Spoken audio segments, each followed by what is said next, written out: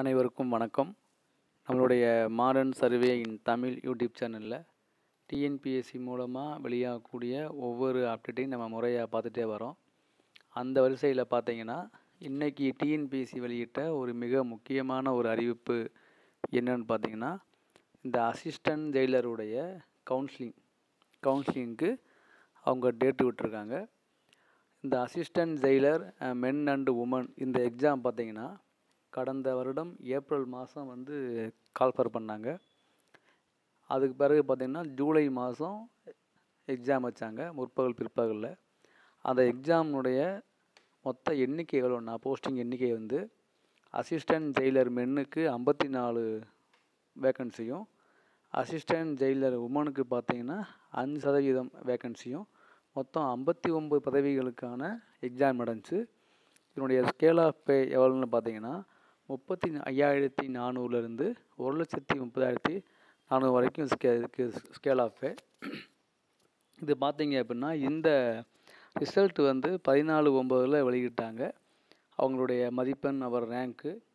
So இது அதுக்கு இவங்களுடைய ஒரிஜினல் சர்டிஃபிகேட்டை செக் பண்ணுறதுக்கு அந்த கேண்டிடேட்டோடைய பதவிகளுக்கு சிவிக்கும் வர 18/1 அன்னைக்கு கூப்பிட்ருக்காங்க. ஸோ அதனால் இந்த சிவி செக் பண்ணுறதுக்கு அதனுடைய யாரெல்லாம் இந்த சிவிக்கு தேர்வு செய்யப்பட்டிருக்காங்களோ அவங்களுக்கு என்றைக்கு கவுன்சிலிங் வரணும், எந்த டேட்டில் வரணும், எந்த டைமிங்கில் வரணும் அப்படிங்கிறத நம்ம நார்மலாக எப்பயும் போல் பண்ணுற மாதிரி இப்படி பார்த்துக்கலாம். அது யாரெல்லாம் கூப்பிட்ருக்காங்களோ அவங்களுக்கு எஸ்எம்எஸ் மூலமாகவும் இமெயில் மூலமாக இன்ஃபார்ம் பண்ணியிருக்காங்க.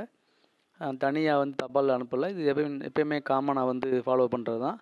இந்த சிவிக்கு யாரெல்லாம் வரலையோ அவங்களுக்கு இன்னொரு வாய்ப்பு வழங்கப்படாதுன்னு போட்டிருக்காங்க.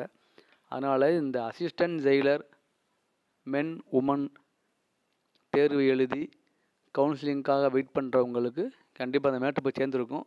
சப்போஸ் இல்லை அப்படின்னா உங்களுடைய ஃப்ரெண்ட்ஸ் யாராவது இந்த குரூப் 4 இந்த மாதிரி எக்ஸாம் ட்ரை பண்ணுறாங்கன்னா அவங்களுக்கு இதை அனுப்புங்க. அவங்க மூலமாக அது போய் பல பேருக்கு போய் ரீச் ஆகும்.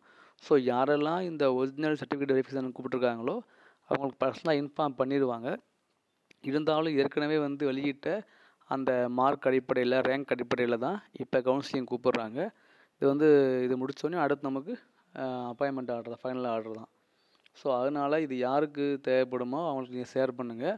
உங்களுடைய ஃப்ரெண்ட்ஸ் லிஸ்ட்டில் யாராவது இருந்தாங்கன்னா அவங்களுக்கு இந்த அசிஸ்டன்ட் ஜெயிலருடைய கவுன்சிலிங்க்கு கால்ஃபர் பண்ணியிருக்காங்க அப்படிங்கிற மேட்ரை அவங்களுக்கு நீங்கள் பாஸ் பண்ணுங்கள். டேட்டு பார்த்தீங்கன்னா 18/1, அதை மறக்க வேணாம். மற்ற இதை டிஎன்பிஎஸ்சி இப்போ லேட்டஸ்ட்டாக வெளியிட்ட ஒரு அறிக்கை. தேங்க்யூ.